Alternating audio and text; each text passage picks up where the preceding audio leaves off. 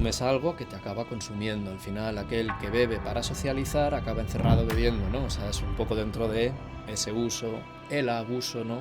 He de reconocer que él fue el que me trató a mí cuando fui a pedir ayuda. El alcohol, la nicotina, drogas las más blandas que podríamos llegar a entender, yo creo que son las drogas que más gente matan. Cuando tú dices no bebo, es distinto a no puedo beber. Que el adicto, hasta que pide ayuda, pasa una media de 8 años aproximadamente. Y no te escuchan ese no puedo, ¿no? O sea, no interpretan de que, ostras, no puede, ¿qué le pasa? A lo mejor tiene un problema hepático, a lo mejor es adicto. Y tenemos cerebros ahora mismo que se aburren ante lo que es fijo y estático.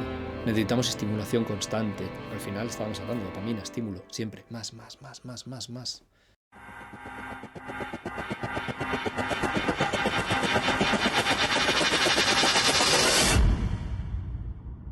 Buenas tardes, familia, bienvenidos al nuevo episodio de Adicción Cero. Hoy tengo el placer de presentaros a Daniel Martínez, un amigo especial, que no solamente compartimos ese vínculo, sino a día de hoy compartimos algo más. Estamos creando una clínica de adicciones ambulatoria y estamos en el proceso de ello, ¿no? Dani es un especialista en adicciones, lleva trabajando con adictos muchísimos años, su experiencia lo demuestra, es psicólogo clínico y ha venido hoy a contarnos un poquito acerca de las adicciones, su opinión y sobre todo su conocimiento. Buenas tardes, Dani. Buenas, ¿Cómo estamos? Muy bien. Mucho ¿Bien? tiempo, ¿eh? Muy bien. Me alegro, tío. Pues vamos a empezar siempre con una rueda de preguntas quizás un poquito más personales tuyas, que nos cuentes un poquito. Y bueno, en definitiva, pues ¿qué opinión tienes tú a nivel profesional con el tema de la adicción, ¿no? ¿Por qué te dedicas a ayudar a adictos? Ahí habría que remontarse 15 años ya, ¿eh? Y bueno, no, fue... Pues bueno, pues yo no sé, las cosas en esta vida, yo no sé si son por casualidad o porque tienen que ser, ¿no? Pero había salido de la carrera, estaba estudiando yo la habilitación clínica, ¿no? Un máster, ¿no? Dentro de psicología clínica, y a través de un muy buen amigo me dijeron que estaban buscando una persona, un psicólogo con mis características dentro de una clínica de tratamiento, ¿no? Es la Fundación Recal, que es donde yo trabajaba, ¿no? Y allí, pues bueno, me hice la entrevista, ¿no? Y allí conocí al que, bueno, yo creo que puedo considerar que fue como mi mentor, ¿no? Es una persona que tengo yo mucho cariño, ¿no? Que se llama José Manuel Sainz, Tato, le llaman. Yo creo que tú le has conocido. Le conozco, sí. Y bueno, me hizo la entrevista, yo experiencia, o sea, tenía los conocimientos, todo lo que podía ser, pero de adicciones no tenía mucha idea, obviamente, ¿no? Porque dentro de los estudios ni del máster ni de la carrera tampoco hay una especialización muy grande, ¿no? Y bueno, hicimos la entrevista, fue bien la cosa, ¿no? Empezamos allá a trabajar y a mí la verdad que las cosas que se trabajaban allí me gustaron mucho. Me gustó, me inspiraba mucho esta persona, ¿no? Así a modo mentor, ¿no? Como te digo, ¿no? Me inspiraba mucho la visión que tenía de las adicciones y el cómo tratarlas. Y bueno, empezamos ahí, ¿no? Y yo prácticamente, ya te digo, me puse a trabajar directamente en el trato directo con los pacientes, en terapia de grupo, terapia individual y terapia de grupo, y no sabía gran cosa. Pero así del tirón te lanzaste. Claro. O sea, dentro de lo que yo podía entender, ¿no? Y la adicción no es solo adicción, detrás de la adicción hay muchísimas cosas, ¿no? O sea, a nivel clínico sí, claro, que tenía la formación, ¿no? Pero no tenía la sensibilidad, la capacidad, la concreción, lo específico y necesario que se necesita para tratar y trabajar en el campo de las adicciones. Y lo cogí todo a través de los pacientes. O sea, yo me puse a aprender sobre adicciones de forma específica en el momento que me senté en una terapia de grupo como facilitador del grupo, pero me puse a escuchar ahí a los pacientes que había, que te puedes imaginar lo que había, ¿no? Habría gente que claro. Más motivación, menos motivación, de todo, ¿no? Y ya de ahí, pues bueno, nada, me gustó mucho, seguí, ya terminé todos los estudios. Y nada, trabajando allí en la Fundación Recal, pues conocí infinidad de no pacientes, sino profesionales que también para mí fueron muy, muy inspiradores. Influyentes y tal, claro. Sí, claro. Yo estoy muy agradecido a toda esa época porque aprendí mucho, ¿no? Y ya, pues fíjate, estamos en 2025, hay que remontarse al 2011 prácticamente, ¿no? Ya hace 15 años mucho. Trabajando con adictos. Muy bien, Dani. La verdad que sí, yo considero que eres un gran profesional. De hecho, he de decir y he de reconocer que él fue el que me trató a mí cuando fui a pedir ayuda. Y la verdad que me ayudó a entender muy profundamente y personalmente qué era lo que me estaba pasando. Y también reconozco que yo entré muy rendido y muy destrozado y con muchísimas ganas de verdad de ese cambio, ¿no? Y yo le escuchaba mucho lo que él me decía e intentaba practicar todos los ejercicios que practicábamos durante las terapias individuales. Y la verdad que me funcionaron, ¿no? O sea, yo reconozco que si no llega a ser por esta persona que está sentada hoy con nosotros, familia, seguramente o no, quién sabe, ¿no? Pero la verdad que considero que viene el clavo, ¿no? Porque hay muchísimos profesionales que son muy buenos y otros profesionales, pues quizás que a lo mejor no son tan vocacionales como Dani, ¿no? Y eso se ve y se siente. Así que yo, igual, muy agradecido de la experiencia que tuve con él, ¿no? Tengo que decir que fuiste un paciente fácil, ¿eh? Fácil en el sentido de rendimiento, de rendición, de motivación y en el momento en el que llegaste. O sea, no fácil al inicio, para nada, Ya. pero sí en el desempeño durante el tratamiento, ¿eh?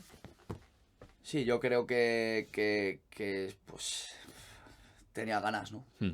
Tenía motivación, lo que estabas hablando antes, que Sí. creo que es fundamental el querer de verdad cambiar, porque es que tantos años intentándolo y que a uno pues se le acaban las ideas, ¿no? De cómo hacerlo, hasta que realmente encuentras la ecuación gracias a personas como Dani, de ser capaz de que te hagan ver, porque que te digan lo que tienes que hacer realmente no es la función es que realmente te hagan ver a través de una terapia y un hilo conductor terapéutico qué es lo que tienes, para poder entender lo que te pasa y para poder luego aplicar las herramientas que obviamente se implican en los tratamientos, ¿no? Se aplican en los tratamientos, perdón. Creo que ahí está la clave. Saber acompañar. Sí, sí, ahí está la clave. Mm. A nivel neuronal, Dani, ¿cómo explicas la adicción? Ujú. Bueno, a ver, tiene 1000 asas. La adicción es un término muy sencillo, de cierta forma, muy complejo también a la par, ¿no? Y tiene muchas asas por donde cogerse, ¿no? La adicción, ¿qué podría ser, no? Y siempre que me han preguntado, definición de adicción, ¿no? Hay desde lo más técnico, ¿no? Hablando de circuito de recompensa, dopamina, ¿no? Y toda la explicación biológica, ¿no? Hasta términos más sencillos muchas veces que llegan más, ¿no? Y es consumir algo que te acaba consumiendo, ¿no?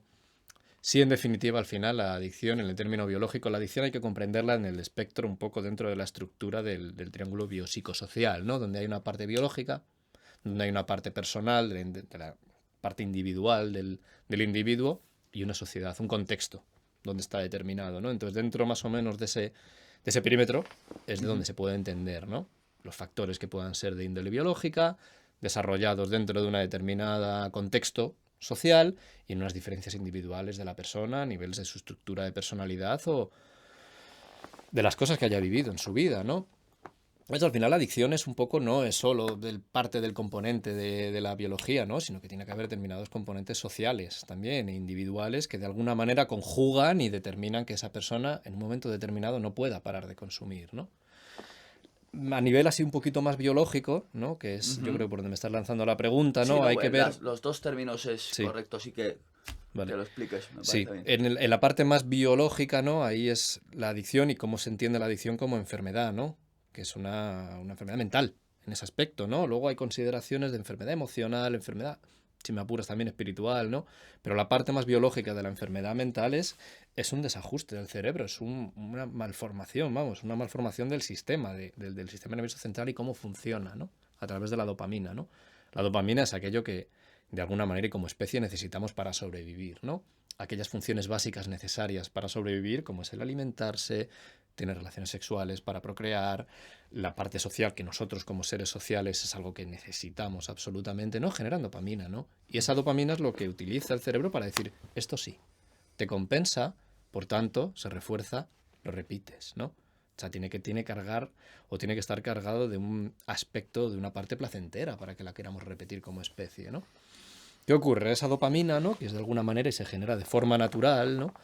Las drogas de uno y otro tipo inciden en ese circuito dopaminérgico, ¿no? Y en las neuronas, ¿no? Dentro del cerebro, ¿vale?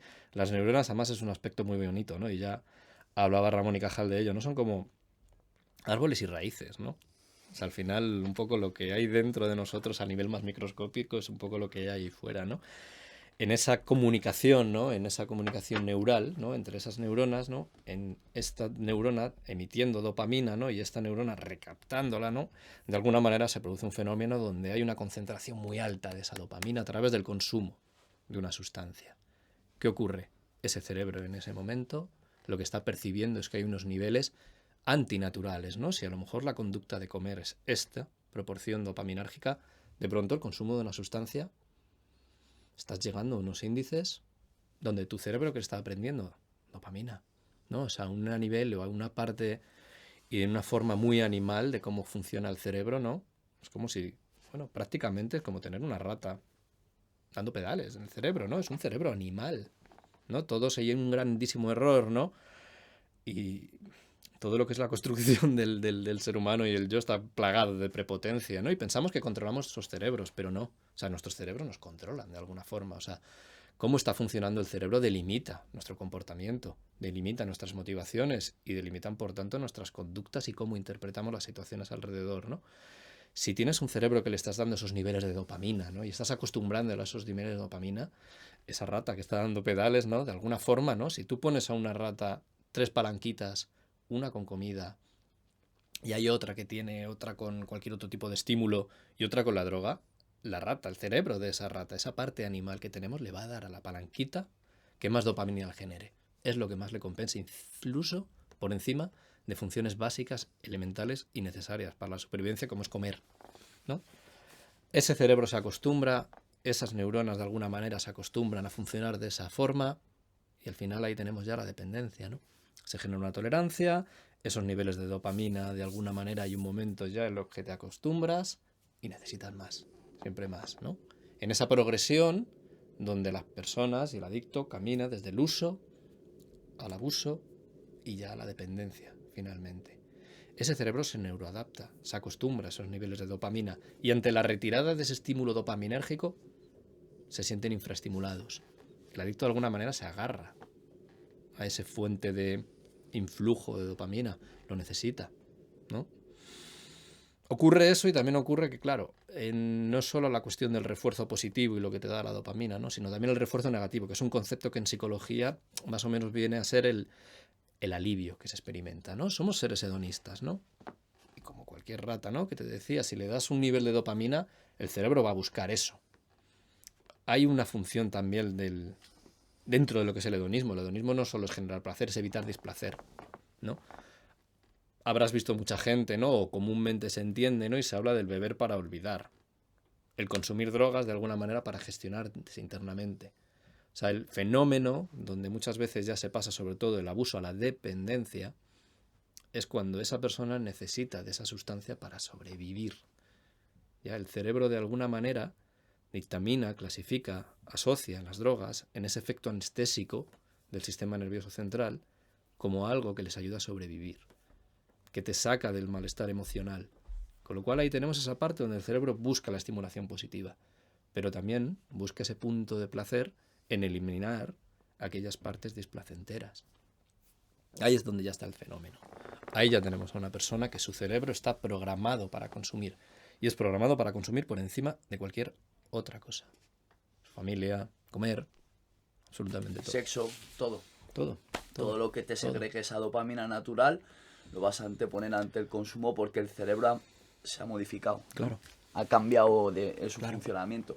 Claro. Y es cierto que a lo mejor hay una predisposición genética, porque es la clásica pregunta que se hace todo el mundo, ¿no? O sea, hay una predisposición desde bien pequeñito a que se desarrolle eso y por ello esa persona en concreto va a desarrollar esa enfermedad y otra persona a lo mejor va a ser más funcional con el consumo, Dani, Claro, por eso cada individuo y es importante, es lo que te decía, sí, eso es la adicción, pero hay que entender también que la adicción es un fenómeno dentro de un individuo, ¿no? Por eso el triángulo este que te habla de biopsicosocial es importante tenerlo en cuenta. Y explica muchas veces dentro de esta dimensión que cursa desde el uso, simple uso, recreativo, natural, Lúdico. lúdico, claro, cómo se pasa al abuso y a la dependencia, ¿no? Y hay personas que pasan del uso, abuso a la dependencia de una manera fulminante. Hay gente que puede permanecer con ello en unos términos cuasi abusivos, sin llegar a ser dependencia, no tengo consecuencias negativas, también depende de la sustancia, ¿no? Ahí está el... El método de empleo de sustancia también, Claro, ¿no? o sea, en realidad luego son muchos factores, ¿no? El Claro. caso es que las líneas entre ese uso, abuso y dependencia son, si me apuras, invisibles. Hay una... Son tan delgadas, ¿no? Que apenas son visibles, ¿no? Claro, la adicción es un fenómeno egosintónico. ¿Qué me refiero? No eres tampoco consciente muchas veces internamente de que estás pasando esas líneas. Normalmente eres referente o te empiezas a dar cuenta cuando hay cosas en el externo, ¿no? Cosas en tu entorno que sí que son a lo mejor constantes o que son fijas, pues puede ser a lo mejor tu pareja, un desempeño en el trabajo. Oye, tus amigos que te están diciendo, oye, creemos que te estás pasando ya con esto, ¿no? Cosas que fuera te referencian, ¿no? Y ahí, claro, ocurre el factor de la negación, ¿no? El adicto cierra, no es consciente de que tiene un problema, con lo cual Yo en ese controlo. uso, yo controlo, esto lo dejo yo cuando quiero. Mañana lo hago. Pasado mañana lo dejo, ¿no? Seguramente estén acuñadas todas y podría ponerse en un libro la cantidad de excusas que uno se vende para dar de alguna manera esa sensación de control a su entorno y poder seguir consumiendo de la manera controlada, con todas las comillas que le quieras poner. Para intentar buscar esa funcionabilidad a través del consumo, pero sin dejar de consumir, obviamente, Claro. porque es lo que quieres. No me quiero despojar del consumo porque Claro. para mí es supervivencia, pero no quiero las consecuencias negativas. Claro. Claro. Nos ha fastidiado, ¿no? Claro, ¿qué son las consecuencias negativas? Consecuencias negativas a lo mejor es que tus amigos funcionales sanos que no consumen te digan, oye, y te den un toque. Entonces, ¿qué hago? Me reúno con los que consumen. Esos no me ponen consecuencias negativas, esos me lo auspician, ¿no? Entonces, Claro. el adicto de alguna manera, poco a poco, de una manera muy sibilina, ¿no? Y ahí se habla de la progresión de la enfermedad, ¿no? Por eso cíclica, ¿no?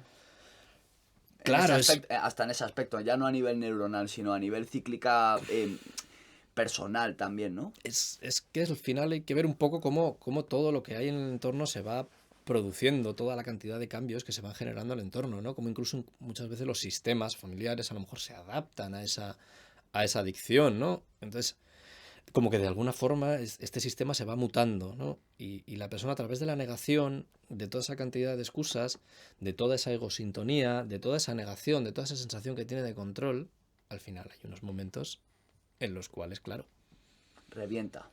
se toca a fondo, que es cuando normalmente uno pide ayuda. Muy interesante, Dani. Muy interesante. ¿Cómo detectas a un adicto en potencia? Ahora, referido a la pregunta anterior, es un poco más sencillo, ¿no? Poner en contexto a los oyentes, ¿no? Como Dani dice, este no es funcional, ¿no? Antes de consumir, o sea, una persona que no Sí, consume antes, o que está en primeros... Vamos a empezar, buena reflexión, vamos a empezar primero desde el principio, o sea, que no consume, y luego vamos avanzando en cómo diferencias a una persona que consume funcionalmente o compulsivamente, ¿no? Te lo voy a llevar un poquito otra vez a esa estructura triangular, ¿no? Del biopsicosocial, ¿no? Teniendo en cuenta que es posible, pues a lo mejor un entorno social determinado, marginal, donde hay un fomento del consumo de sustancias, donde es el pan nuestro de cada día, donde de alguna manera los jóvenes a lo mejor lo pueden llegar a utilizar incluso para sobrevivir socialmente, ¿no? Eso puede ser un punto que puede determinar que hay una posibilidad de que se desarrolle una adicción, pero no lo es todo. A lo mejor precisamente de ese entorno sale la persona con la aversión más absoluta al consumo de sustancias, ¿no? O tienes una familia donde está muy normalizado el consumo, a lo mejor tus padres son adictos y precisamente eso es lo que hace que tú directamente no quieras ver nunca las sustancias en tu vida, ¿no? Entonces están todas esas partes sociales, podrían ser factores de vulnerabilidad, que es como se llaman, ¿no? Luego factores individuales, ¿no? Personas más impulsivas, a lo mejor, ¿no? Que su cerebro funciona de esa forma, ¿no? Personas con trastornos de déficit de atención, ¿no?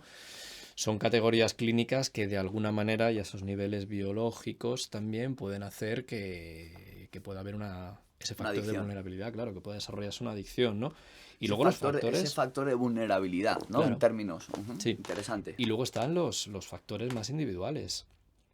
Y a lo mejor puede ser que esa persona haya recibido un trauma. ¿No? Se habla mucho de la biología, se habla mucho, y cuando te hablaba un poco de la dimensión espiritual de alguna manera, ¿no? Me refiero a una persona que, por ejemplo, ha podido tener, no sé, unos abusos en la infancia. ¿De qué manera entiende esa persona el mundo? ¿Para él el entorno próximo es un lugar seguro donde desarrollarse? ¿O ese trauma que ha sufrido ya va de alguna manera a considerar que te críes en un entorno hostil y por tanto a lo mejor seas más propenso a necesitar una sustancia para poder vivir en él, para Como anestesiarte? método de defensa, a lo mejor, Claro, quizás, ¿no? claro. Entonces al final son como indicadores, son puntos que quizá una sola parte de ese triángulo no determine absolutamente, pero sí que es un factor a tener en cuenta, ¿no? Estos factores a tener en cuenta son muy importantes luego de cara al tratamiento. Claro. Es lo que te decía, ¿no? Cuando tratas una adicción, la adicción es ese síntoma, ¿vale? Es aquello que hace que esa persona se meta en tratamiento, pero de alguna manera hay que mirar dentro de la persona.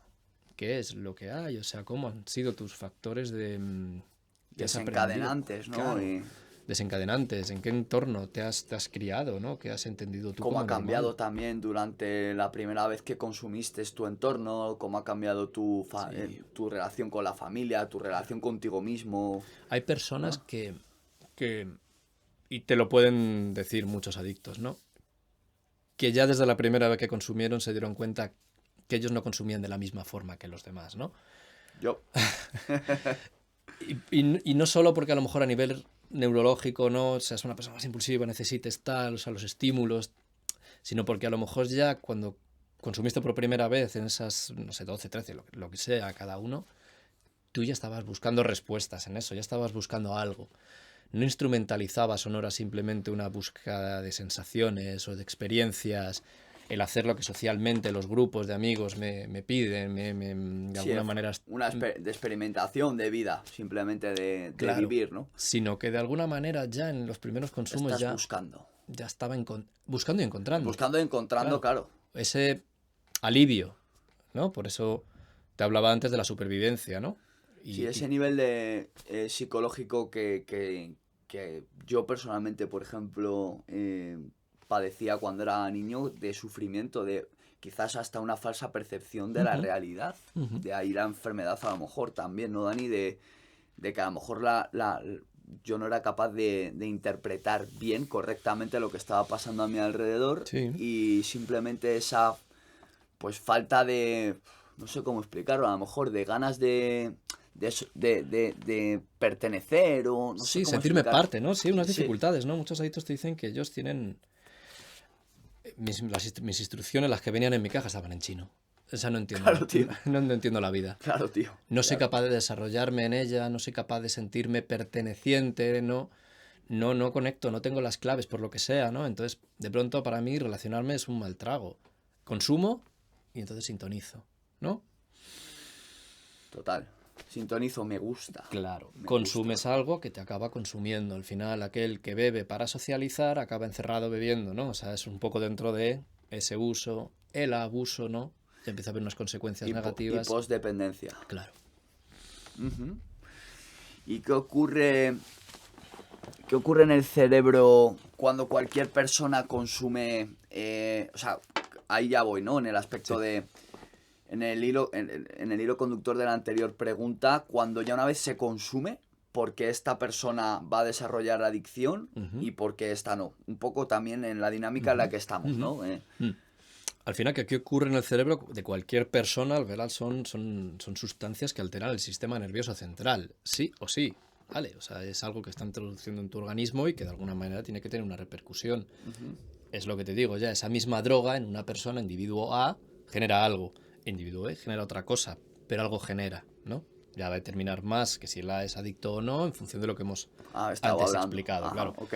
Pero luego ya las drogas, pues hay que ver un poco también en función de qué están clasificadas, ¿no? Que pueden ser los depresores, el alcohol.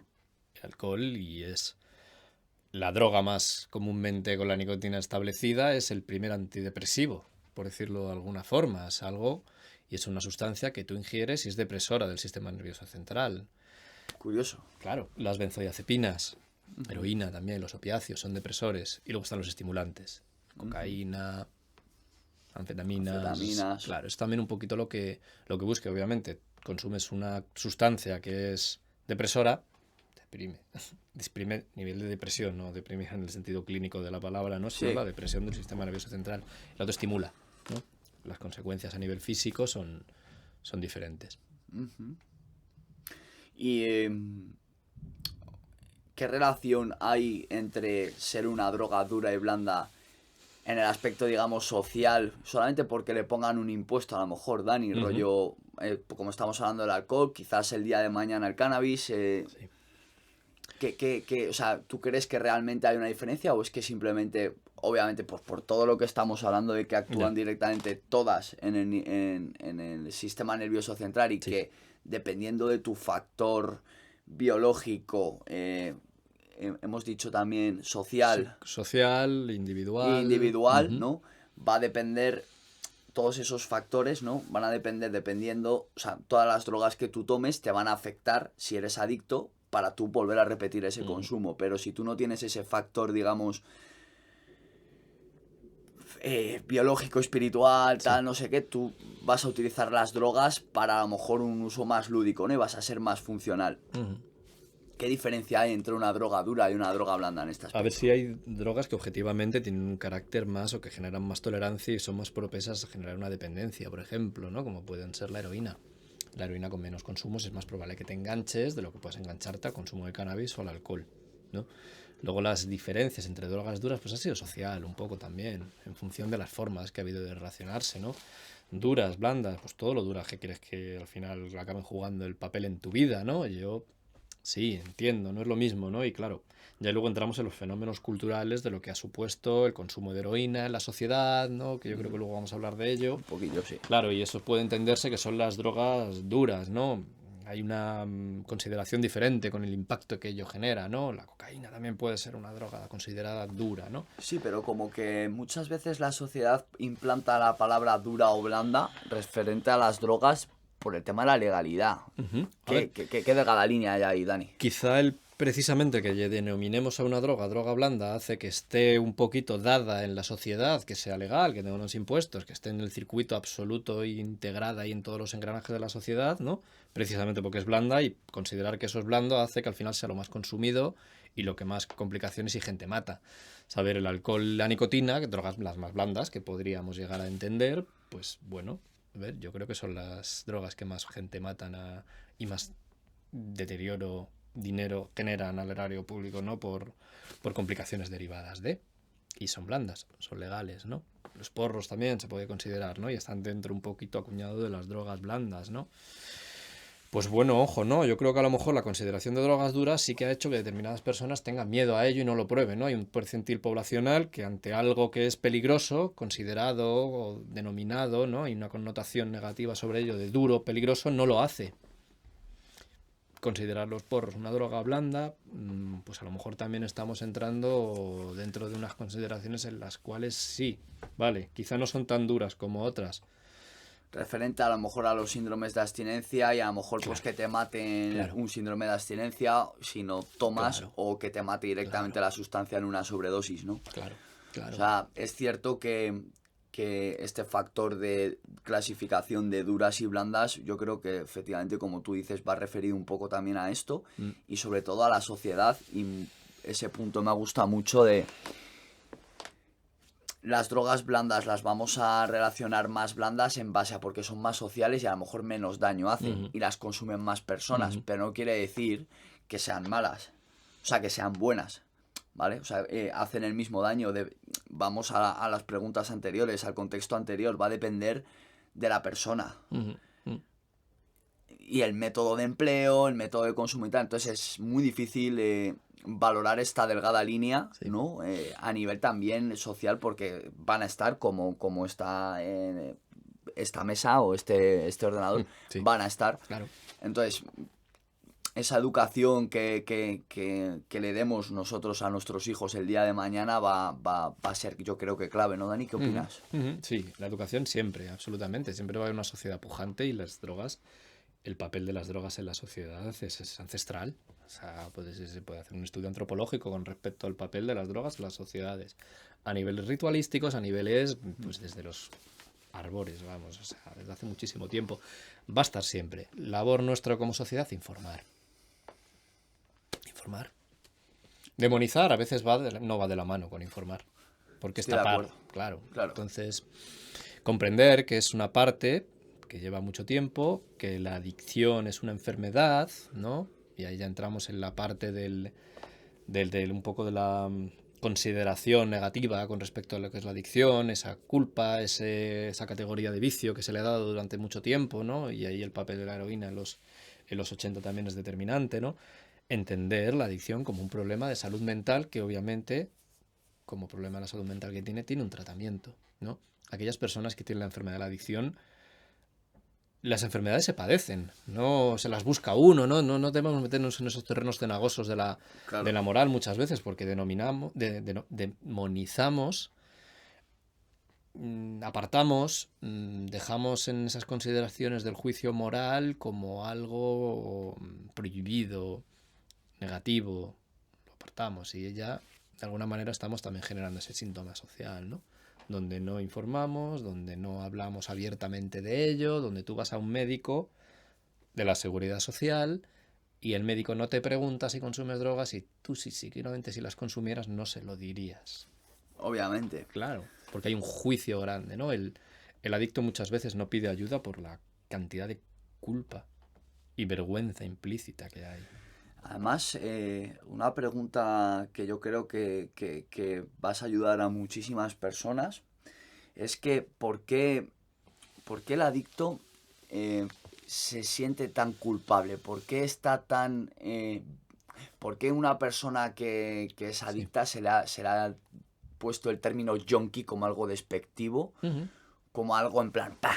¿no? Sí, junkie detrás, patada, es esta persona es una cucaracha, ¿no? Por decirlo así, o sea, hablando mal y pronto, ¿vale? Sí. Es la acepción inglesa, o sea, de basura, de desperdicio, de escombro. A ver, hay que entender y el fenómeno y la diferencia de estas enfermedades dentro de la clasificación de las enfermedades mentales, ¿no? Las enfermedades mentales en sí están estigmatizadas, ¿no? Lo está estigmatizada la depresión, está estigmatizado absolutamente todo lo que tenga que ver y por suerte se está caminando bastante en ese aspecto en los últimos años, ¿no? Ya ir al psicólogo no es tan raro como antes. Antes era una consideración de, oye, voy al psicólogo y seguramente lo llevabas un poco en petit comité. En petit comité, en secreto, porque ¿qué van a decir de mí, no? ¿Qué ocurre? Las enfermedades mentales están siempre un poquito más sujetas al prejuicio porque si tú tienes una enfermedad en los pulmones, tus pulmones mal funcionan, respiras mal, tú tienes una enfermedad en el páncreas, tienes una enfermedad en el riñón, como que tus órganos de alguna manera empiezan a mal funcionar y es un correlato propio individual de malfuncionamiento orgánico, ¿no? Claro, una enfermedad mental o cuando el cerebro empieza a mal funcionar, su síntoma es el comportamiento. Y ahí es donde viene, por ejemplo, el comportamiento de un adicto. ¿Qué hace un adicto? Consume, sí. Pero para conseguir esa sustancia, ¿qué hace? Entiendo que nos odiéis. Claro. Es real, o sea, hay que entender lo que un enfermo es capaz de hacer por consumir, ¿no? Y hay que ser empático a nivel emocional con estas personas hasta cierto punto, ¿no, Dani? Porque luego también, obviamente, no le ayudas nada si le sigues ese juego, ¿no? Claro. O sea, quiero decir, hay que apartarse. Sí, claro. Es duro, ¿no? La empatía, bueno, juicio para quien tenga que juzgar, ¿no? Pero la empatía y la comprensión también puede ayudar de cara a poner un límite. O sea, yo puedo entender Exacto. que una persona de mi entorno consuma, puedo entender las circunstancias que hace, puedo entender que esa persona que ha hecho eso enteramente no es él, es su enfermedad, ¿no? Pero también el entender que esto es una enfermedad puede ayudar también a aprender a poner límites. Y en esto es lo que hablábamos antes, el adicto es muy difícil que de pronto por propia... Claro, el adicto se quiere seguir consumiendo y en la medida que no haya consecuencias negativas va a seguir consumiendo, ¿no? Dice, bueno, pues yo sigo haciendo mi vida, esto sigue siendo algo lo necesito, ¿no? Es una cuestión de supervivencia pues bueno, mira, si no tengo ningún tipo de consecuencias negativas, ¿por qué voy a parar, no? Claro, Es que es tan difícil querer dejar de parar, Dani, o sea, a nivel ya personal como adicto en claro. recuperación. Es que es tan difícil porque efectivamente, son tantas veces que has consumido, tantas veces que has repetido ese consumo, tanto que se ha hecho normal en tu vida, tanto que es normal con las personas que te rodeas Sí, que consumen, incluso hasta cuando estás en ese proceso a lo mejor de que no estás tocando fondo y que sí. estás utilizando las drogas de una manera a lo mejor más lúdica y experimental, eh, llegas hasta a decir, ¿no? Que, joder, es que lo hace todo el mundo, ¿no? O sea, Claro. quiero decir, esa... Sí, lo hace todo el mundo con el que te rodeas. Claro, Seguramente que son quien no te juzga, ¿no? exactamente. Antes hablabas de los ciclos, ¿no? Es claro, el adicto.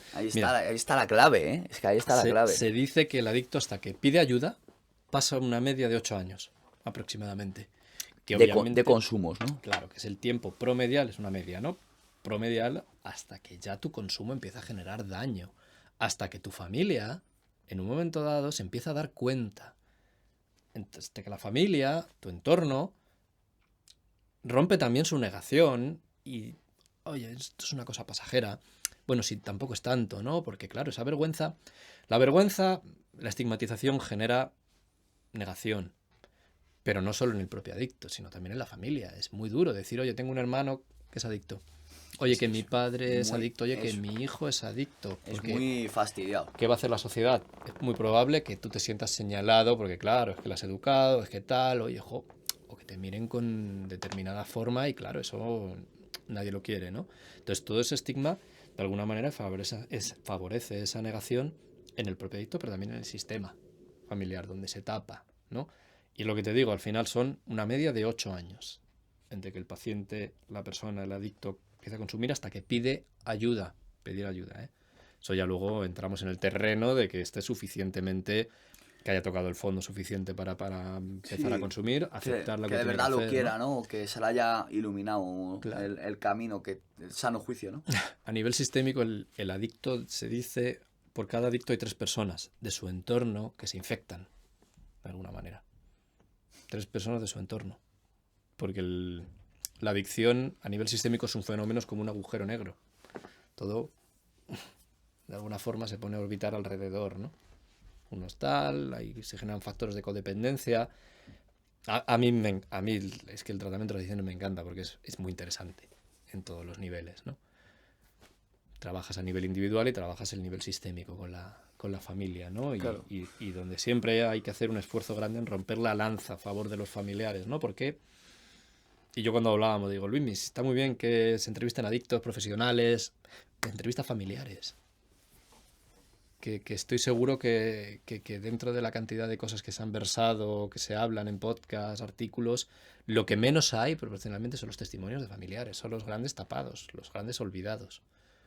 Y por Ujú. cada adicto hay familiares que están sufriendo, que no saben qué hacer, que reciben directamente las consecuencias del consumo de ese familiar, de ese adicto, Sí, que tienen y no tienen tanta voz. Y sí, claro, no tienen tanta voz y de cierta manera van a ayudar a impulsar digamos, a hacer ver que la enfermedad de la adicción es una cosa que Sí, está muy, muy, sí. muy, muy, muy Mira, metida en la sociedad y que yo creo que casi en todas las familias me atrevería a decir, si no en todas, como dice el dicho, cuecen habas, ¿no? y se necesita identificación.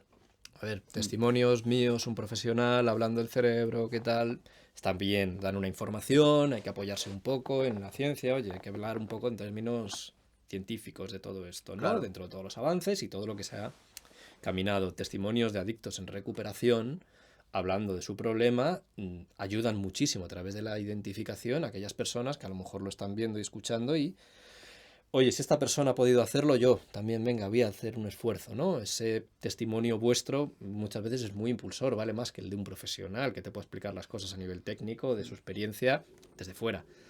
Lo mismo sucede con la familia y la familia necesita mucha voz en ese aspecto, ¿no? Y hay muchos familiares, hay muchos adictos ahora mismo que están en esas épocas de uso, abuso ya, dependencia, pequeñas señales que se van viendo y que de alguna manera no hay tanto material o no hay el testimonio de un familiar, de alguien que lo ha vivido en primera persona, ha visto, asistido. y ha tenido que llegar ya a un punto determinado donde ha habido que tomar unas medidas muy drásticas a efectos de límites para que el adicto pudiera entrar en tratamiento, ¿no?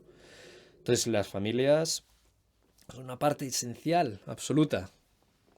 Familias, parejas, Sí, amistades, tal, o sea, todo lo que sí. esté relacionado con el entorno de la adicción, Trabajo, entornos laborales, donde entornos hay un laborales. montón de personas que están consumiendo.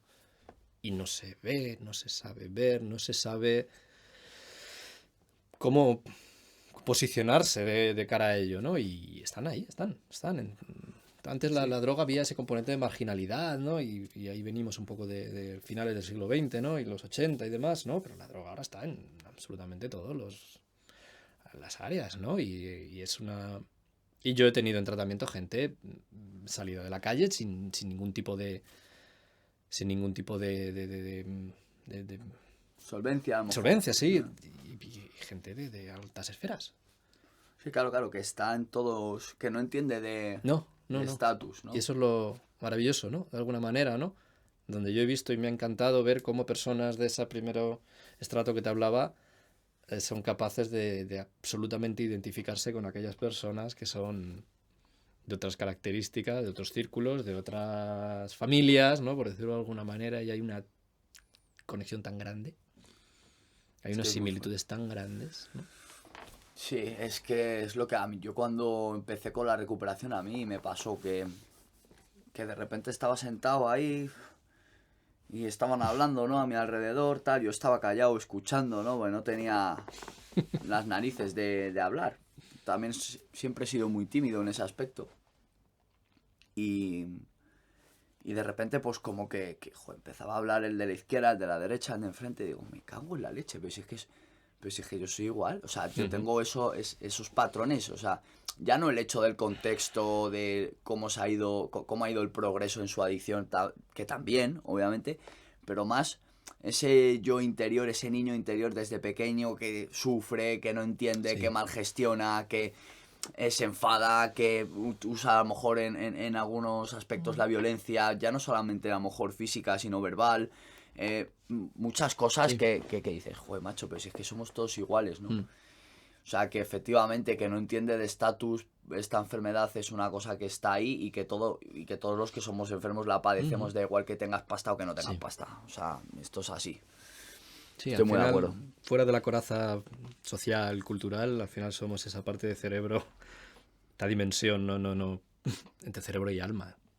O sea, al final somos todo eso. Sí, Y ahí somos iguales. sí, tío. ¿Qué recomienda Dani eh, en el caso de que una persona necesite ayuda? ¿Qué es lo que recomiendas hacer? ¿Qué puntos ves interesantes? ¿Pasos a Si seguir? un adicto es consciente de que tiene un problema y quiere ayuda, pedirla. A ver, el acto soberano y grande, y parece fácil, ¿no? Como tirarse a una piscina de pedir ayuda. La humildad necesaria, ¿no? De pedir ayuda y decir solo no puedo. El adicto en este periodo y ese media que te hablaba antes de los 8 años, entiendo que cuando uno tiene un problema hay algunos que sí que son conscientes, ¿no? Y son capaces de echar un poquito el freno, ¿no? Y lo intentan, ¿no? Por su forma, oye, pues voy a intentar yo hacer esto, hacer lo otro, ¿no? Pues a algunos les saldrá bien, otros no, otros caerán más en el hoyo a costa de hacer determinadas intentonas, ¿no?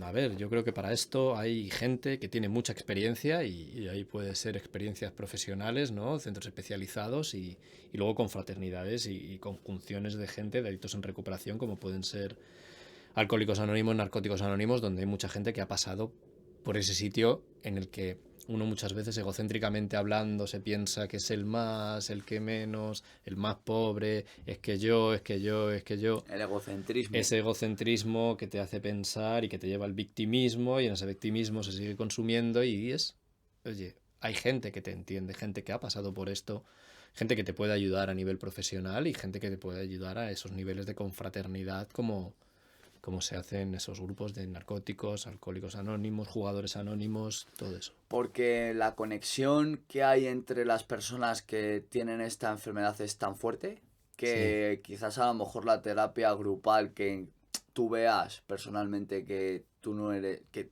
no eres el único que tiene ese problema, que muchas veces es ese egocentrismo de, joder, tal, que hago la leche, que me ha tocado a mí la china de esto, ¿no? Y te sientas ahí y de repente ves que hay tanta gente que tiene eso que dices... Tú antes hablabas, ¿no? Sobre, oye, pues yo ya en mi tierna infancia, adolescencia, no me sentía las instrucciones, ¿no? En chino, ¿no?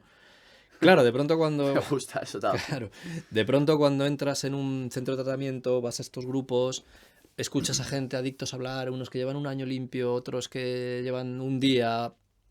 De pronto, a través de esos compartires que hacen, esos sentires, esas experiencias que hayan podido tener en la vida, ¿no? Más allá del consumo, de pronto te sientes parte.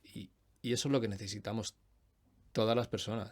Da igual que seas adicto, ¿no? Es encontrar tu razón. Sentirte parte. Somos seres, somos animales, pero somos animales de índole social. Necesitamos conectar. Somos eminentemente sociales. No podemos renegar de la condición humana, de la conexión. Es algo que necesitamos, que buscamos en todo momento. El adicto consume para conectar. Con un grupo en un momento determinado, o para conectar en esa instancia última ya con la sustancia. ¿Cómo se quita? Esto es cambiar. Y la adicción, su antónimo, por decirlo de alguna manera, no es la abstinencia, es la conexión. Es conectar, ¿no? Conectas con un grupo de pronto, con personas que tienen tu problema, que no te juzgan, que tienen un sentir parecido al tuyo. Eso es muy reconstituyente. Conecta, despierta. Conecta, y responsabilízate. Y responsabilízate. Claro. Toma acción y responsabilízate. Sí. Ya, estoy totalmente de acuerdo, la verdad. El hecho de la búsqueda de la conexión, ya sea espiritual o ya sea social, es lo que le hace al adicto consumir sin lugar a dudas. Es la búsqueda. El ser humano ha buscado siempre. Siempre. ¿Qué habrá ahí detrás? ¿Qué habrá allí a los confines? ¿Qué habrá ahí en esa Antártida, ¿no? ¿Qué habrá ahí en los confines del espacio, ¿no? Buscar. Lo que pasa es que siempre buscamos para afuera. Bueno, que quizá hay que buscar y... Un poquito más dentro, ¿no? Claro, ¿no? Y lo decía, ¿no? Lo hablábamos tú y yo el otro día, ¿no? A través de... Decía Jung, ¿no? Carl Jung decía, ¿no? Carl Jung. Quien mira para afuera sueña. Quien mira para adentro despierta. Importante. Hay que buscar, sí. Hay que buscar.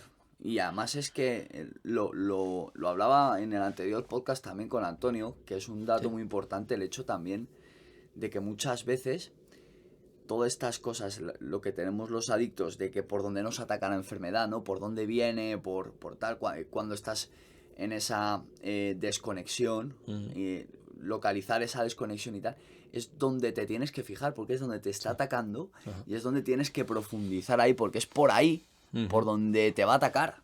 ¿Sabes lo que te digo? O sea, es como que ella misma te está advirtiendo, pero tú no eres capaz de verlo porque realmente estás desconectado de eso. Sí.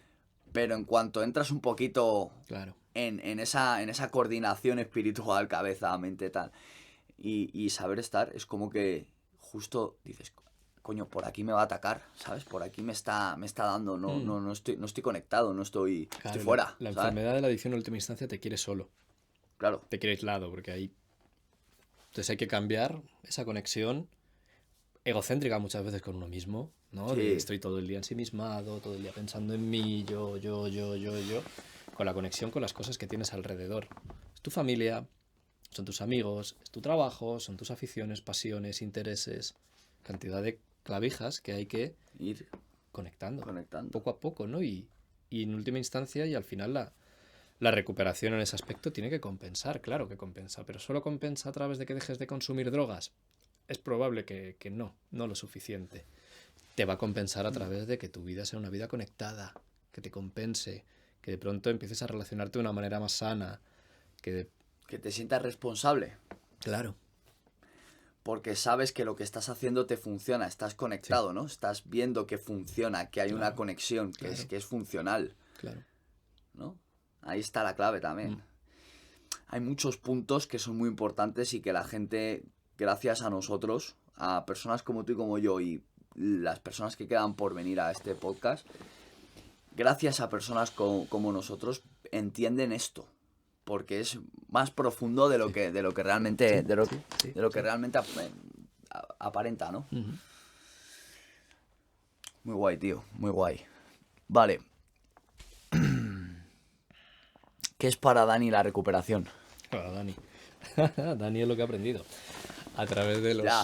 lugares donde lo ha ya asistido, ¿no? ¿Qué es para mí la recuperación? Y fíjate, sí, viene a colación porque es, al final la recuperación es ese fenómeno tan interesante, ¿no? Y se habla mucho de adicción porque siempre gusta mucho hablar de los problemas, es lo que vende, el morbo, ¿no? Pero se habla poco de la recuperación, de lo que significa, ¿no? Y la recuperación es Es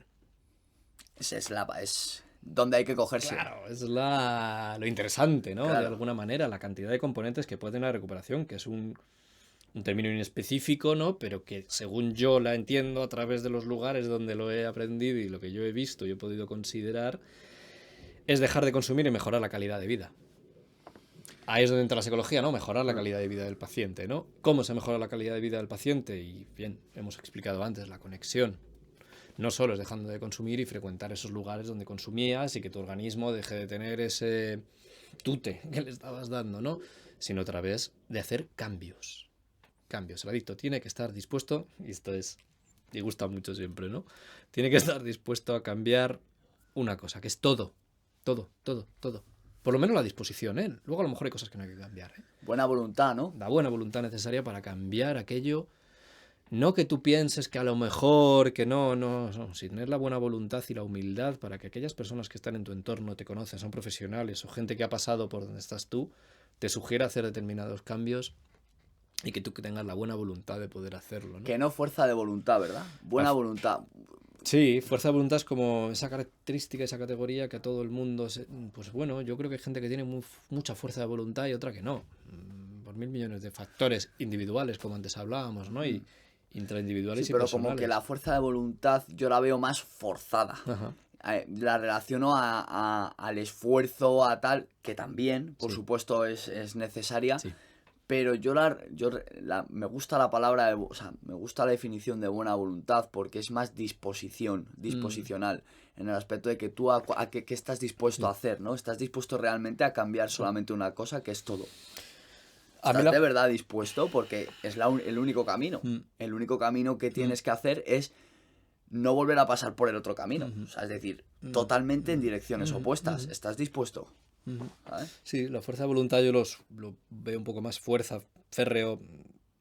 A mí la buena voluntad me llama más a la flexibilidad, a tener la capacidad de esa caña de bambú, ¿no? Para aceptar la resiliencia, ¿no? Para aceptar un poco ese coeficiente de flexibilidad que hay que tener ante la vida. Entonces sí, fuerza de voluntad, sí. Pero buena voluntad también, ¿eh? Pero buena voluntad. Claro. Sí. Fuerza de voluntad hay que tenerla para levantarse todos los días, para hacer todos tus quehaceres, tal, no sé qué, pero en relación a esos problemas interiores, más bien relacionarlo con la buena voluntad que con la fuerza de voluntad. Estoy de acuerdo. Sí. Bueno, vamos a hablar un poquito más a fondo de temas a lo mejor quizás un poco más polémicos, Dani, que siempre hablamos en el podcast, ¿no? Porque hay que dar un poquito de también ese aspecto, ¿no? De pues social, tal, todo lo que está ocurriendo y sobre todo aquí normalmente no nos desviamos fuera de España, que lo haremos el día de mañana si Dios quiere y Dios provee, pero sí lo que nos acontece aquí en España, ¿no? Que yo creo que es importante, ¿no? ¿Qué opinas acerca de la industria farmacéutica? Somos conscientes como profesionales en el sector que es necesaria la farmacia para síndromes de abstinencia, medicaciones que necesiten por a lo mejor otras patologías duales de la adicción y tal.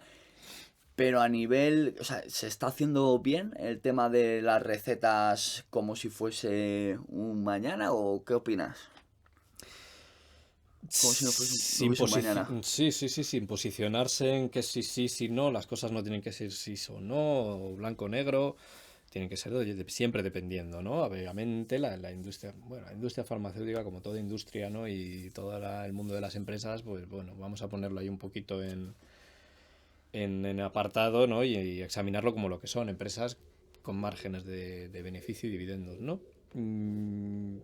Todo lo que es el papel de la farmacología dentro de la salud mental, claro que tiene una importancia, ¿no? Estamos hablando antes que somos química. La farmacología es química, ¿no? Hay verdaderamente personas que necesitan de psicofármacos, ¿no? Antidepresivos en un momento determinado, antipsicóticos obligados para personas que están o tienen algún tipo de patología o algún tipo de trastorno agudo. Sí, claro que sí, ¿no? Y de hecho, un tratamiento demostrado empíricamente validado, ¿no? Para las adicciones tiene que contar con un componente médico, donde tiene que haber un psiquiatra, seguimiento, ¿no? un psiquiatra cualificado que haga un adecuado diagnóstico en ese aspecto y una adecuada medicación y un adecuado seguimiento. La idea, a mi parecer, ¿no? Siempre es empezar desde esos puntos donde hay una evaluación adecuada, donde hay a lo mejor una medicación que hay que prescribir, pero siempre con el ánimo, dependiendo de la medicación, ¿no? Con el ánimo de retirarla, ¿no? ¿Qué ocurre? Ahí ya a lo mejor entramos en esta parte de la empresa, ¿no? De alguna manera hay determinados intereses empresariales en que las personas tomen medicación, ¿no? Porque al final es... No deja de ser una empresa, lo que hablábamos, Claro. dividendos, beneficios, etcétera. Claro, ahí ya entramos en el problema de la atención sanitaria en España, el circuito público, al final quién está pagando todas esas recetas, las estamos pagando con nuestros impuestos, ¿no? Y si realmente, y en el caso de la atención a la salud mental, dentro de los circuitos públicos por lo menos, o dentro de los circuitos médicos, por decirlo de alguna forma, se está haciendo lo adecuado o se está actuando de la forma... A ver, yo siempre opino que hay profesionales para todo, yo siempre lo digo, Sí. esta pregunta es clave para dictaminar esto de que hay profesionales muy profesionales Sí, claro. en los que obviamente se utiliza la farmacología con intención de retirarla, en algunos otros casos tristemente pues no se va a poder retirar nunca porque las enfermedades mentales son muy, Claro. muy chungas y hay patologías muy complicadas, ¿no? Pero sí que es cierto que hay profesionales que tienen esa intencionalidad de retirar esa medicación, de no generar adicción, ¿no? Sí. Y se ha dado casos, ¿no? En empresas muy potentes de que se han recetado sobre todo opiáceos de maneras, Claro. yo creo, muy, vamos a decir... Me voy a atrever con la palabra, fíjate que yo no soy de mojarme mucho porque siempre defiendo la medicina, pero soy un poco conspiranoico, ¿no? Este tema de mantener la sociedad dormida, heroína en los 80, tal, o sea... Sí, se ha escrito mucho, ¿no? Sobre eso, hay mucha novela distópica, un mundo feliz, o sea, bueno, puede ser eso, o directamente, sin tanta maldad o intención, de forma negligente y no adecuada. También es cierto. Si en Estados Unidos tenemos una crisis de los opiáceos ahora mismo, a lo mejor vienen muchas veces derivadas porque en consultas se han dado para determinadas dolencias físicas opioides directamente, ¿no? Y a lo mejor no se han arreglado a través de un adecuado ejercicio de fisioterapia o de... ¿Por qué? Sí. Porque cuesta más dinero, porque es más complicado y porque muchas veces, y ahí tenemos que tener un punto nosotros como sociedad muy autocrítico, independientemente de conspiranoias o lo que sea, es que queremos soluciones inmediatas. Y queremos todo Eso es para verdad. allá. Eso es Y verdad. claro, y tú como paciente tienes una depresión, y claro, muchas veces en las consultas médicas se están dando medicaciones para medicar la tristeza. ¿Por qué tenemos que medicar la tristeza si la tristeza, a ver, una cosa es una depresión, ¿no? Ya es una categoría clínica donde el individuo de alguna forma está recibiendo unas consecuencias negativas de lo que tenga alrededor, por lo que sea, ¿no? Pero la tristeza, ¿no? Hay gente que va con un punto de ansiedad, de tristeza, y a lo mejor desde esa consulta médica se está dando ya un ansiolítico, se está dando un antidepresivo, y no se está haciendo un ejercicio adecuado de psicoterapia, de enseñar a esa persona que esa tristeza es normal. Enseñar a esa persona que esa ansiedad que está sintiendo le está diciendo que haga algo. Entonces, ¿qué tenemos? Un malestar, ¿no? Antes hablábamos de la adicción, un malestar y anestesiarlo. Tengo una ansiedad, voy a la consulta de un médico, ese médico me da un ansiolítico porque ese médico a lo mejor tiene 5 minutos para atenderte porque tiene 1000 pacientes, porque no hay una adecuada plantilla, no están dándose adecuados... Es que son muchas cosas. Claro, entonces están generando sí. con el ánimo de ahorrar dinero en sanidad cosas que están generando más coste a medio plazo. Das a una persona, tiene un problema, tiene ansiedad, le das una benzodiazepina, esa persona se engancha a la benzodiazepina y ¿qué tenemos? La benzodiazepina es una medicación que es absolutamente legal, que se da en las consultas de los psiquiatras y de los médicos y que es, como antes decíamos, un depresor que genera tolerancia. Esa persona de pronto no se trata el problema de base, se está medicando simplemente solo esa ansiedad para anestesiarla, se genera una tolerancia, primero no necesita una pastilla, necesita 1,5. ¿Qué tenemos? Tenemos una adicción, una dependencia que está cursando. ¿Cuál va a ser el cargo que va a generar eso dentro de un tiempo? Esa persona. Que a lo mejor está combinando incluso esas pastillas con el alcohol. Entonces, claro, sí, y la adicción hay que mirarla. Es complicado, sí, porque es lo que tú dices, ¿no? El estudio personalizado Claro. de X personas, cuando tú recetas, supongo, ¿no? El médico o el psiquiatra receta, por ejemplo, una benzodiazepina o un opiáceo. Claro. Ese estudio tan personalizado que hay que hacerse y tal, quizás venga, pues...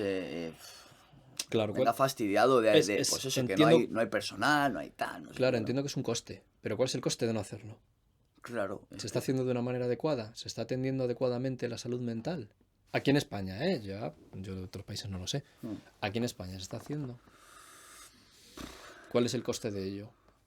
Pues que si coges a nivel estadístico, te darás cuenta que las benzodiazepinas o el uso de benzodiazepinas se ha disparado. Sí. Entonces yo creo que eso sí que son datos y datos a los que hay que fijarse y actuar en consecuencia y hacer todos un ejercicio crítico, ¿no? De autocrítica. Claro, sí. Desde la parte de la atención a la salud y los medios que estamos destinando, y si son suficientes o si la forma es la adecuada, y también a nivel de sociedad, ¿qué estamos demandando? Porque a lo mejor somos nosotros los que estamos demandando esas pastillas, ¿eh? ¿Por qué? Porque quiero anestesiar. ¿Quiero mirar mi problema? No. Quiero simplemente que me quites el malestar. Claro. ¿Para qué? Para seguir con mi vida, para seguir trabajando, para seguir haciendo. Es lo que hablábamos antes. Muchos factores, ¿no? Que influyen en aquí. Claro, y donde yo creo que hay un poco el hambre y las ganas de comer. Donde una determinada construcción está favoreciendo que esto sea un mercado de farmaindustria, donde, claro, nosotros como sociedad estamos pidiendo soluciones inmediatas. Claro, donde no se favorezca realmente la investigación real de todo el problema, sino simplemente la investigación de tu bolsillo, ¿no? Tengo un síntoma y lo aplaco. Claro. Pero ¿cuánto tiempo puedes estar tapando ese síntoma? Ese síntoma va a seguir hablando. Lo vas a tapar por aquí. Pero cuánto... Esto es como el juego de los topos, ¿no? Va a salir por otro lado y a lo mejor ahí es con la virulencia ya de una adicción. Entonces ya vamos a estar a una persona que está de baja. Y a las bajas también hay que pagarlas, ¿no? Entonces, esto es como todo, ¿no? Invierte adecuadamente, tanto en educación, invierte en sanidad, gestiona y maneja los recursos de manera adecuada, porque si no, lo que se va a generar en un medio largo plazo. La investigación es muchísimo más a fondo de lo que la gente se piensa. Claro. Los factores. Estoy de acuerdo. Muchas gracias. Me ha gustado mucho tu punto de vista, Dani. Las adicciones en la industria de la música. Sí, a día de hoy. Con las preguntas polémicas, ¿no? El rap, el trap, el no sé qué, no sé cuántos. Todos haciendo cosas en sus videoclips. ¿Qué crees que está pasando con esto? ¿También influye que los jóvenes adopten estas costumbres por estos vídeos? No ¿O por sé. estas influencias? Pues yo creo que la relación de la música y las drogas, yo creo que ha sido... No solo es de ahora, ¿no?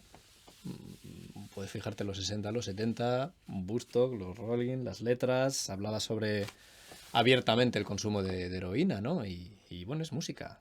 ¿Quiénes somos, no? Yo creo que ya venimos de la Inquisición, ¿no? Hace tiempo, ¿no? De decir lo que tiene que ser y lo que no en función de mis designios o de mis intereses morales, ¿no? Yo no soy de censurar, ¿no? Yo creo que, bueno, son fenómenos que están ahí, ¿no? Y ahí hablábamos, hombre, que obviamente tiene que haber un contrapoder, ¿no? Que tiene que ser la educación. Claro. La formación adecuada. Esa es a lo que yo no creo, dejarlo. a lo que hay que ir. Claro, yo creo que la propia consideración negativa de algo es lo que hace, y muchas veces en la música se busca el impacto, la ruptura, se busca que tu producto sea, y claro, ¿a través de qué? De lo que es prohibido.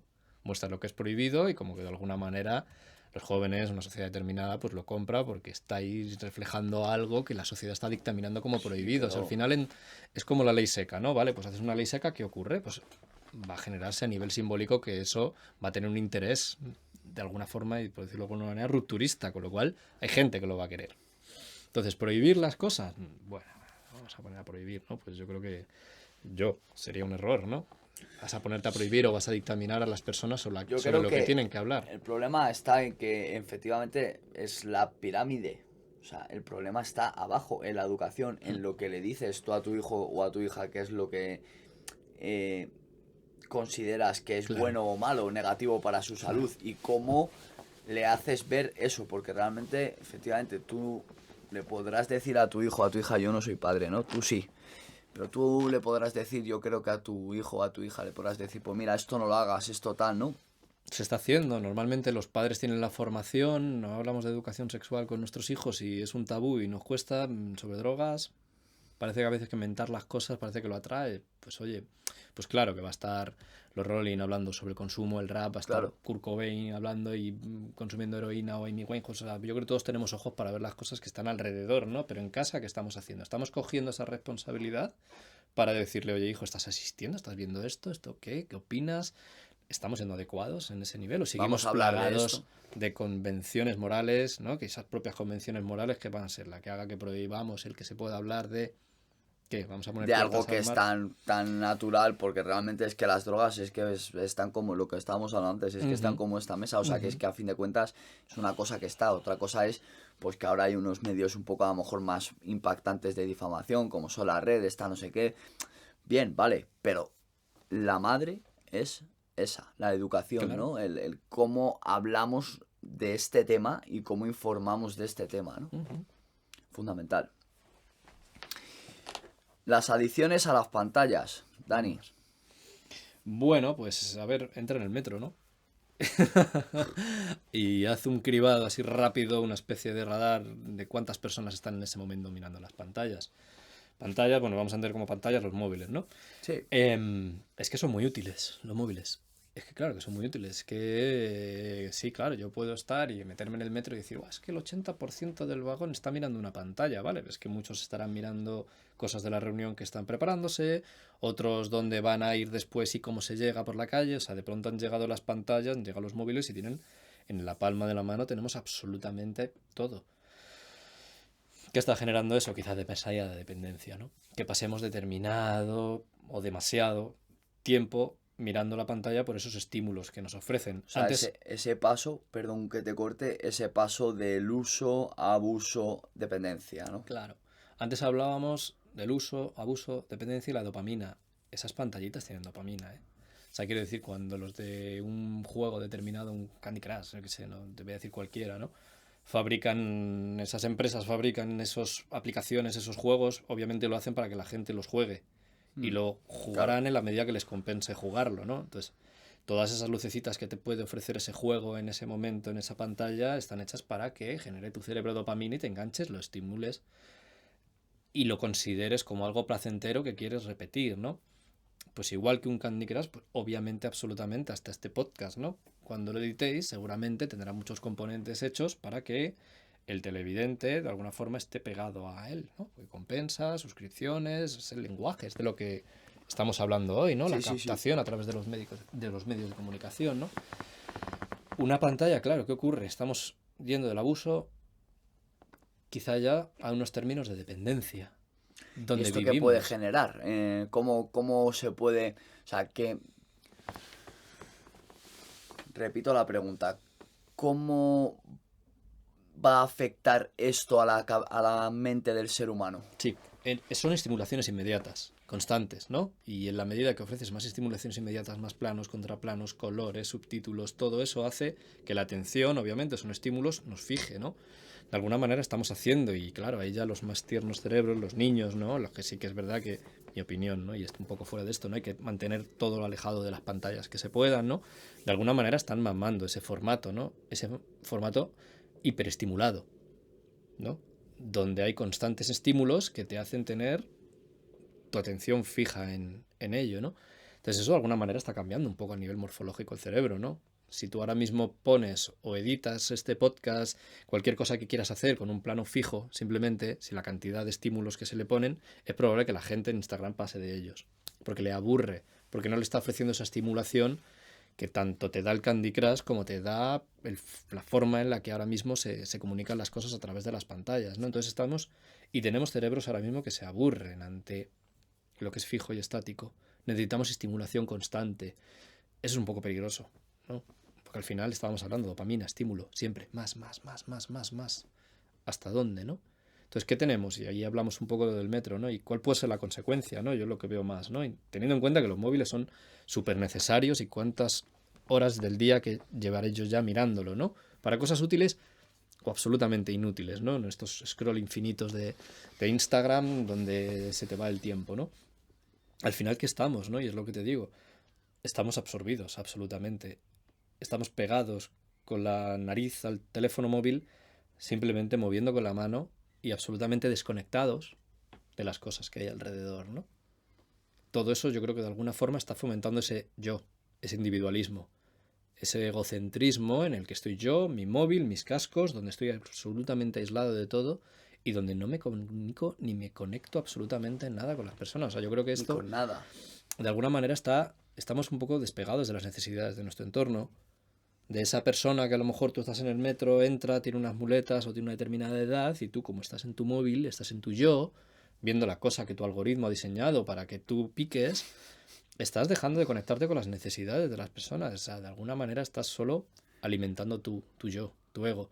Y eso a mí, o sea, es lo que se dice, oye, hay más música de drogas, no sé, hay más tal, más apología, no lo sé, yo siempre la he habido. Lo que sí sé es que somos una sociedad más adicta, con más factores de vulnerabilidad de cara a desarrollar una adicción. Y eso empieza por el individualismo. La Por el conexión solo egocentrismo. conmigo y mis necesidades. Y eso, a nivel social, sí que lo creo que lo hemos deteriorado a un nivel vertiginoso a través de las pantallas. Aunque sea estrictamente necesario a día de hoy un teléfono, que eso no cabe duda, Sí. pero obviamente esto va a tener Ujú. repercusión. Sí. Yo creo que también. Me da un poco de pánico, el tema. Dios dirá. Cuando lleguemos a esos Porque, ríos, ¿no? claro, Cruzaremos esos puentes. claro. Bueno, Esto ha empezado hace poquito, o sea que yo creo que, como bien decías antes, que a lo mejor un adicto a los 8 años es cuando más o menos pide ayuda. Esto, a ver, lleva tiempo, pero realmente yo creo que el peak de todo esto ha sido hace 5 años, 6 años, con el tema de las redes sociales, con el tema de ese scroll infinito, con ese tema de dopamina rápida, ¿no? Recompensa rápida. Veremos dentro de 10 años qué es lo que sucede, vamos ¿no? a ver, ¿no? Pero es que al final todos estamos inmersos y es la cultura predominante y Sí. somos todos partícipes, ¿no? Podemos hacer aquí un ejercicio de autocrítica, ¿vale? Claro. Haces ejercicio de autocrítica y edítame un vídeo en el formato antiguo, pues vale, pues tu ejercicio de autocrítica no llegaba a nadie. Pues vale. O sea, como que de alguna manera ya estamos inmersos dentro de ello, ¿no? Sí. Y la crítica hay que hacerla desde dentro. Es como si no tienes nevera, ¿no? En la cocina, o sea, es que es imposible no tener un teléfono, es vital. Es así. La clásica pregunta del adicto, ¿no? ¿Podré volver a consumir? Yo creo que esa pregunta, y a lo mejor a través de los podcasts seguramente lo preguntas ya y lo seguirás preguntando, ¿no? Yo creo que está dentro de las circunstancias, ¿no? Hablábamos de esa búsqueda antes, ¿no? Inherente al ser humano, ¿no? De ese, ¿sería posible? ¿Y si no? ¿Debería? ¿Podría? Yo creo que es una cosa que está siempre presente, ¿no? Y obviamente es el día, ¿no? A día del adicto, ¿no? Por eso hay una consideración con respecto a las adicciones que es el solo por hoy que es muy útil, ¿no? ¿Podré volver a...? Bueno, ¿y si hoy? Yo sé que hoy no lo hago, ¿no? Claro. Cada persona es cada persona. Hay factores individuales muy grandes. Sí es verdad que el cerebro cruza determinadas líneas invisibles que luego es muy probable que no haya marcha atrás con respecto a ellas, ¿no? Consideración, consejo que yo daría, que no, que te juegas. Quiero decir, y por eso también hay que construir una recuperación o un sistema de compensación en que tu vida compense lo suficiente. Oye, te vas a jugar todo lo que has ganado, todo lo que tienes a día de hoy, todo lo que eres y significas. ¿Por qué? Por volver a colocarte. Chico, puedes hacerlo, ¿no? Hay recaídas y en el mundo de las adicciones hay muchas... Es lo que hablábamos, ¿no? Siempre hablamos tú y yo en el proyecto que estamos dibujando, ¿no? Es como, prueba esto 5 meses o 6 meses y luego ya haces lo que te sale de las narices. Claro. O sea, pruébalo, claro. Pruébalo, por lo menos date el permiso de probar y de innovar en tu vida, no repetir lo que no te está funcionando. prueba a hacer otra cosa distinta. Claro. Y date ese permiso de probarlo y de conocerlo, y luego ya decides, tomas una decisión, ¿no? Claro, es que eso, el cerebro obviamente tiene una memoria y va a pedirte y te va a tener ese grabado, ese pico de dopamina lo va a tener grabado a fuego, ¿no? Y claro que en un momento te va a decir ante un determinado estímulo, ¿no? Algo que estuviera Sí, un asociado recuerdo a asociado, eso es, claro, a justo. tu consumo, ¿no? Y claro que le va a decir el cerebro, ¿no? Pero es lo que tú dices, a lo mejor es una tasa, es un momento, pero algo en el ese es cambiar, vale, ese pico, en búsqueda de ese pico de dopamina, ¿qué voy a generar en mi vida? ¿Qué voy a ocasionar? ¿En qué se va a convertir mi vida, ¿no? O sea, Ahí entra ese sistema de balance de riesgo, ¿no? Claro. Que hay que tener muy, muy, muy posicionado, Claro, ¿no? claro, y por eso hablábamos, y repito, lo de que la recuperación te tiene que compensar. Tienes que cambiar esos picos o ese constante sub y baja, un pico de sierra de la dopamina por una Línea, más o menos. de serotonina, una vida que te compense, donde hagas deporte, donde te relaciones, socialices, donde obtengas éxito, donde tus pasiones estén distribuidas. Búsqueda de Claro. propósito también, ¿no? El propósito, importantísimo, ¿no? Porque si tu vida está aquí, obviamente que tu cerebro te va a pedir, esa rata ahí en bicicleta te va a pedir, claro, que la estimules. Ese bicho. Pero tiene que haber algo que digas, me compensa, no me compensa. Claro. Y ya luego, pues cada uno probará, hará sus probaturas y uno lo conseguirá, otros se quedarán en el camino. Al final es la decisión propia y la responsabilidad, ¿no? Sí, es la responsabilidad de yo creo como adicto, yo le he cogido pánico, realmente. O sea, yo recuerdo que cuando salí de donde salí, a mí Dani me decía, yo le decía, joder, me queda una semana, tío, estoy cagado. Me decía, eso es bueno. Bendito miedo. Me dice, ahora cógelo y úsalo en tu beneficio. Y úsalo, o sea, practica todo lo que hemos hecho y, o sea, por un lado ten ese miedo, pero por otro lado no lo tengas. No tengas miedo al miedo. Claro. O sea, úsalo. Claro. Úsalo en tu beneficio, ¿no? Y que no te paralice nunca y que sepas claro. que lo que has estado haciendo durante toda tu vida no te ha funcionado, tío. Claro, es el papel de las emociones. La alegría sirve para irradiar, el enfado para pedir cambios, el miedo para tener cuidado. Entonces, bendito miedo. Bendito miedo.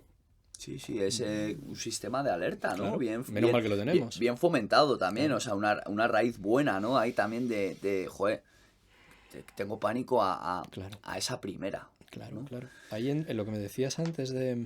No me la quiero jugar, ¿no? La compensación. Claro. Lo que me decías antes sobre el si podré volver a consumir, ¿no? Esa diatriba un poco en la que el adicto está muchas veces ahí, se hace esas preguntas, ¿no? Claro, a nivel social vivimos una sociedad de mucho consumo en general, ¿no? Y ocurre mucho con el alcohol, ¿no? Aquella persona que no bebe alcohol se siente como un bicho raro, porque rápidamente eres repudiado directamente por determinados entornos donde te dicen, no, yo no, hay que brindar con alcohol, yo no me fío de nadie que no beba, donde claro, aquella persona que tiene un problema con el alcohol, que no puede probar gota de alcohol, de alguna forma en determinados contextos, entornos, se siente rechazado. ¿Por qué? Porque hay una sociedad imperante donde entiendo que también la mercadotecnia de la industria ha hecho su esfuerzo. Pero yo te quiero hacer un pequeño inciso ahí, y sí que es cierto que eso pasa. A mí me ha pasado. Y personalmente a veces me pasa. Pero es como el craving. Viene y se va. Y he aprendido a utilizar la herramienta de la compensación. Y efectivamente darme cuenta de que a lo mejor esa persona con la que estoy no empatiza con lo que yo tengo, claro, no puede. Que tampoco tengo por qué llevar un letrero aquí y decir soy adicto. Ni él tiene por qué saberlo, claro. Ni él tiene por qué saberlo, ¿no? Obviamente. Pero si yo te digo que no puedo beber o que no bebo, ahí está la magia, ¿no? Claro. Yo lo que digo es que no puedo beber. Claro. A mí me funciona mucho porque yo me refuerzo el hecho de que yo esté haciendo mi parte y que él esté haciendo la suya. O sea, quiero decir, cuando tú dices no bebo, es distinto a no puedo beber. Cuando hay muchas veces que a lo mejor pues estás a las 2 de la mañana y estás, porque yo soy joven y salgo y no te escuchan ese no puedo, ¿no? O sea, no interpretan de que, ostras, no puede, ¿qué le pasa? A lo mejor tiene un problema hepático, a lo mejor es adicto, a lo mejor tal, ¿no? O sea, a lo mejor no a determinadas horas de la noche no se barajan a veces estas posibilidades porque la gente pues ha consumido y no piensan en esto, ¿no? Claro. Pero, por ejemplo, una cena familiar que te dicen, oye, brindamos, tal. Oye, yo no puedo beber, ¿no? Quizá pues das ese sistema de alerta y tú te refuerzas a ti mismo de que tú, lo que ellos opinen de ti es cosa suya Claro, y que tú simplemente estás claro, ofreciendo la alternativa a que haya una comunicación y que sigamos claro. Sí. estando, pero que sepas que no me vuelvas a ofrecer, que no puedo beber, Pero ¿sabes? eso es un hito dentro del adicto en sí, ¿no? Antes hablamos del miedo a no ser parte, el Claro, miedo al rechazo. Claro, si de pronto tú dejas de beber y vas a una comida familiar sin ningún tipo de maldad y la gente ahí te quiere y de pronto, oye, no puedo beber. Ah, vale, que no, es que me han dicho que no, que no me fío yo de las personas. O sea, que la típica cosa que vienen, ¿no? Te insiste, venga, hombre, no me hagas este feo, ¿no? Oye, de alguna manera te está conectando con esa huella de rechazo, ¿no? Entonces yo creo que por eso es importantísimo que haya muchos testimonios de gente, de adictos en recuperación, y que de alguna manera, oye, no se tenga que llevar con una carga, con una culpa, con una vergüenza, sino con una, oye, con un orgullo y decir, oye, es que no me tengo que inventar que como, estoy tomando un antibiótico para decirte que no puedo beber, claro, que y parece que es lo que hay que hacer, ¿no? como en Oye, no, Estados mira, soy... Unidos, en Estados Claro. Unidos están en otro nivel en ese aspecto. De Sí, hecho, hay más gente del Star System, gente famosa, la música también, pues muchos de esos que se drogaban, pues ahora obviamente hablan abiertamente de que son adictos en recuperación, ¿no? Desde Keith Richards a lo mejor, ¿no? A Nick Cave o muchas personas, ¿no? Actores, y se habla con, sí, soy un adicto en recuperación y no puedo beber. actores súper famosos de Hollywood Claro, acuden a está Alcohólicos genial, Anónimos con muchísima frecuencia y los claro. conocen ahí y son gente o sea, vamos a ver, o sea, es que esto es así, Sí, ¿no? sí, sí, sí. Hay que Entonces, normalizar. hay que normalizar, ¿no? De cara a que, oye, uno pueda decir, oye, qué valiente testimonio, oye, si lo hace este, que es una persona idolatrada, pues, oye, significará, pues venga, dale. Entonces eso ayuda mucho Sí, a a aquellas... tomar también un poco Que no te sientas rechazado, Sí, claro. y que actúes con tu, o sea, que veas tu punto de inflexión que necesitas a lo mejor ver en otra persona, digamos el método espejo, Ujú, para tú ver lo que te está sí. ocurriendo y poder a lo mejor tomar esa decisión de pedir ayuda, Ujú. ¿no?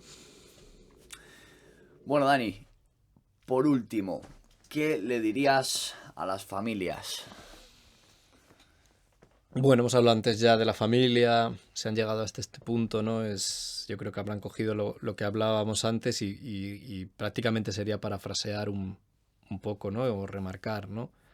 Que incluso, igual que hay tratamiento, ¿no? Y que hay que pedir ayuda cuando eres un adicto y que hay lugares especializados, gente que está dispuesta a acogerte, a no juzgarte, ¿no? Yo creo que la familia tiene que entender esa misma parte también, ¿no? O sea Donde tú que eres una parte importante, ¿no? Y no solo para que estés pendiente del proceso de que tu familiar ha llegado, esa persona que está dentro de tu sistema deje de consumir, ¿no? Sino que tú también necesitas ayuda para lo tuyo.